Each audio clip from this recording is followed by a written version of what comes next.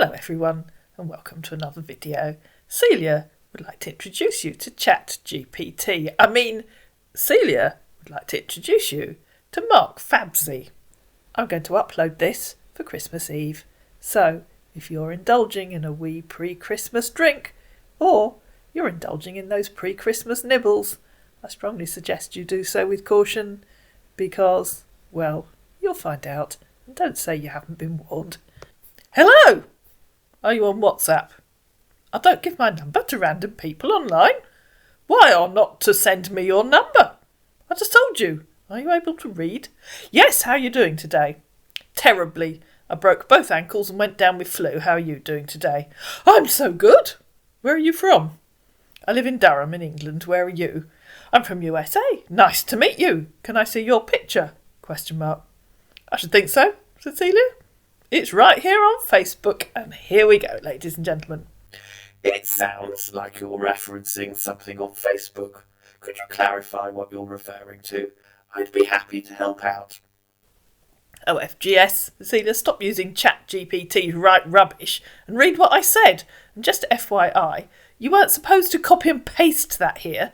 ChatGPT was asking you to clarify what you were asking it. So he copied and pasted what she'd said. And just FYI, you weren't supposed to copy and paste that here.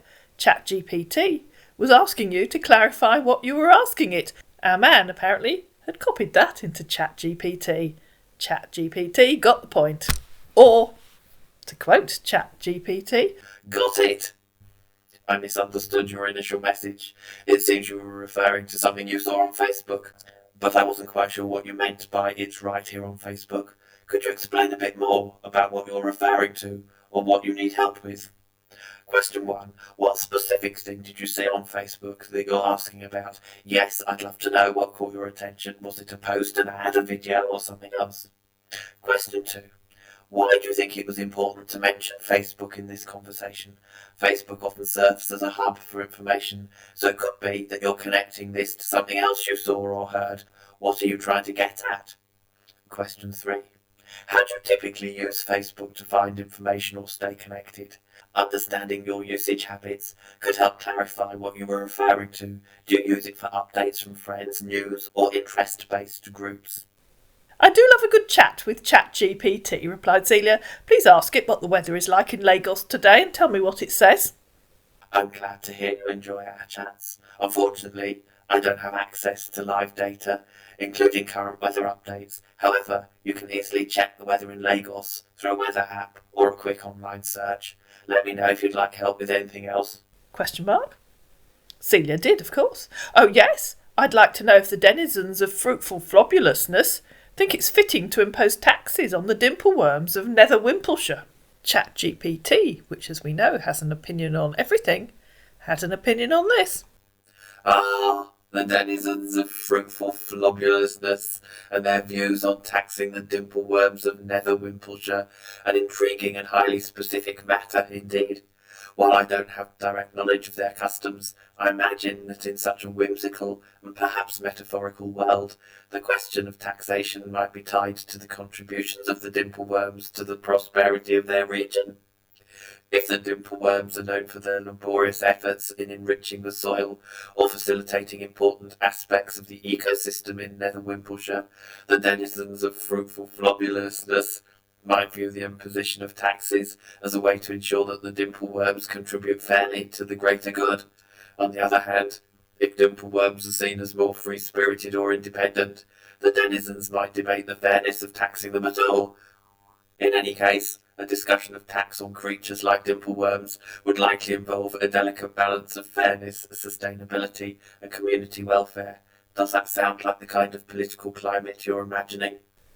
It might be, replied Celia, who was trying to keep a straight face at the time. But what about equality for Dimpleworms, or equal rights? It's a fascinating point. The concept of equality for non-human creatures like Dimpleworms, whether they're fictional or a stand-in for real creatures, often sparks discussions about ethical treatment, animal rights, and the broader application of justice. In the case of real-life creatures, people debate where to draw the line in terms of rights and protections based on factors like sentience, the capacity to suffer, and ecological importance. If we're talking about equal rights in a broad philosophical sense, it often involves challenging the assumption that humans are inherently superior to other beings. For example, should a creature's rights be protected simply because it can experience pain or happiness? Or is there a higher threshold for inclusion in moral considerations? The balance between human needs and the rights of other creatures is a complex issue, one that continues to evolve in both law and ethics. In a more speculative or creative sense, imagining a world where even non-human or fictional characters like Dimpleworms have equal rights opens up a rich avenue for storytelling and questioning what equality really means in a diverse, interconnected world.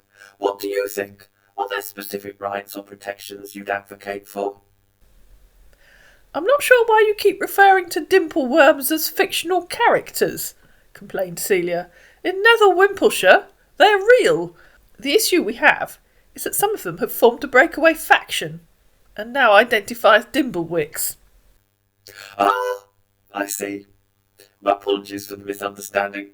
In the context of Nether Wimpleshire, it's clear that the Dimpleworms, and now their breakaway faction, the dimblewicks, are very much real, and their evolving identities are important. The issue of factionalism and identity within a species is definitely a complicated matter, especially when the lines between groups become blurred and new identities are formed. The Dimpleworms and dimblewicks seem to be navigating their own unique social dynamics. Are the dimblewicks seeking equal rights, or are there tensions between the two groups? Perhaps they view the concept of equality differently, based on their own traditions, needs, or goals. I'd imagine there would be debates in Nether Wimpleshire about how to ensure fairness and coexistence, especially if these groups are vying for different societal roles or resources. How do the Dimpleworms and dimblewicks feel about the idea of equality? Do they have a shared vision, or are there disagreements even within the factions? It could be that they're in the midst of a larger cultural shift, or trying to redefine what equality means for their society.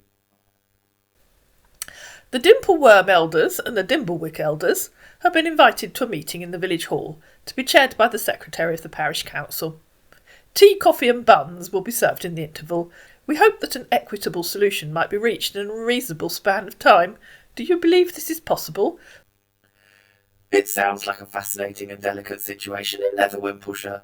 Given the invitation for both the Dimpleworm and Dimblewick elders to come together, there's clearly a desire for dialogue and resolution, which is a positive sign. The involvement of the parish council secretary to chair the meeting also indicates that there's an effort to keep things neutral and structured, which could help prevent things from getting too heated. Oh, you haven't met the parish council secretary of Nether Wimpleshire. As for whether an equitable solution is possible, I'd say there's definitely hope. Much depends on the willingness of both factions to listen and engage in good faith. The fact that tea, coffee and buns are being served suggests a relaxed atmosphere, which might help ease tensions and encourage open communication. Perhaps even small gestures, like sharing food, can help bridge divides and foster a sense of unity if the right tone is set. However, any resolution might take time, especially if deeply ingrained cultural or identity-based differences exist between the Dimpleworms and the dimblewicks. It could be a gradual process, with compromises and mutual understanding evolving over several discussions. If both sides approach the meeting with a spirit of cooperation and a commitment to fairness, it's very possible that they can work towards an equitable solution. Do the Dimpleworms and dimblewicks have specific grievances or demands that need to be addressed, or is the issue more about recognition and mutual respect? Knowing that could give us a better sense of how they might approach the negotiations. To be honest, I think the biggest challenge we will face on the night will be their differing opinions on cake. Dimpleworms have long since favoured chocolate cake. Dimblewicks, being the newer breakaway faction, prefer the more trendy carrot and avocado cake. Should we provide both types of cake, or maybe something totally different? I like a nice coffee and walnut cake myself. If you're using a specific store or payment app, like Google Pay or Apple Pay, the process might differ slightly, but the above methods are your main ways to do it directly through Apple services. Would you like more help with any particular method? At first, I thought he'd mistakenly pasted a paragraph he was intending to send to someone else, maybe to a real victim. But you might change your mind about that in a minute. Ah, cake diplomacy. Truly the crux of many a peace process. It sounds like the cake situation could indeed become a sticking point, especially with such strong culinary divides between the Dimpleworms and... He forgot to copy and paste the end. How would I use Google Pay or Apple Pay? Should I cream them in with the flour and butter at the start of the mixture, or add them as toppings after they've been baked? You can buy me a card. But it's me that's baking the cakes for the peace process. I hadn't thought of apple cake, but now you've mentioned it, maybe both sides would enjoy that. I asked you for Apple gift card. Are you going to help me die? He said, sending a photograph of a man who looked very much alive. How will an Apple gift card help you die? Asked Celia. Have they turned into vicious man-eaters? Can you see me? I just asked you for the card. Yes, you don't look dead.